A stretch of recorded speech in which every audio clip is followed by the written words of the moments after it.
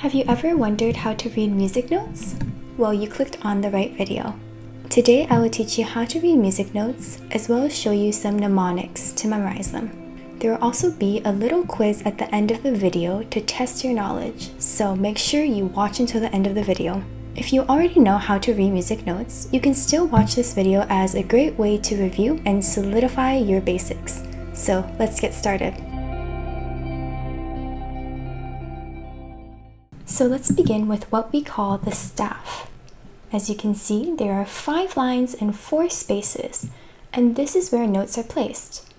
So a note could be here, or here, or here. Now this is a treble clef and this is a bass clef.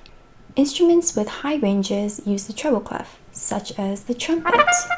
Also, high notes on the piano are written using the treble clef.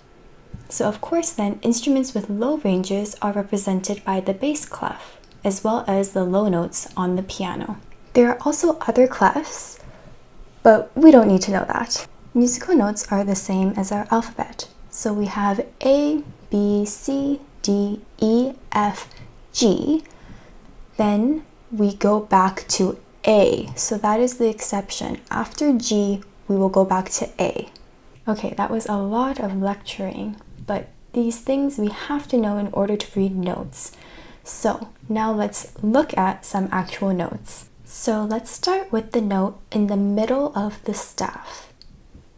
This is known as middle C, and it's really important for beginner students to know because 1, it's a note that's very easy to identify, and 2, lots of beginner pieces use this note. As long as you know middle C, really you know how to read notes now. So if we go up from middle C, we'll have D. Then if we go up again to the line, we'll have E. And then we go up to the space, we'll have F. And then we'll have G. And then A and B and C. We can keep going up the lines and spaces just following the alphabet. And you might eventually have something that looks like this. But for this video, we'll just stick to the notes that are easier to read and remember. Now let's go back to middle C, and this time instead of going upwards, let's go downwards and see what we get. So if we think of the alphabet backwards, well, that's easy. From C, we go down to B, and then A, and G, F, E, D, and C. Now going up or down little by little can be kind of inefficient and annoying. So here are some mnemonics to help you remember the notes. You may have heard of these before, but the spaces on the treble clef spell the word face. So we have F-A-C-E.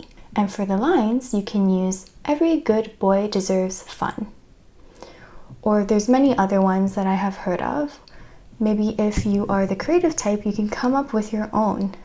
Comment down below if you have any favorite sayings. Now for the bass clef, for the spaces I use all cows eat grass. And then for the lines, I use grizzly bears don't fear animals. I know they kind of sound funny, maybe a little bit childish, but I have used these like my entire life and they are really helpful. Okay, now let's have a short quiz.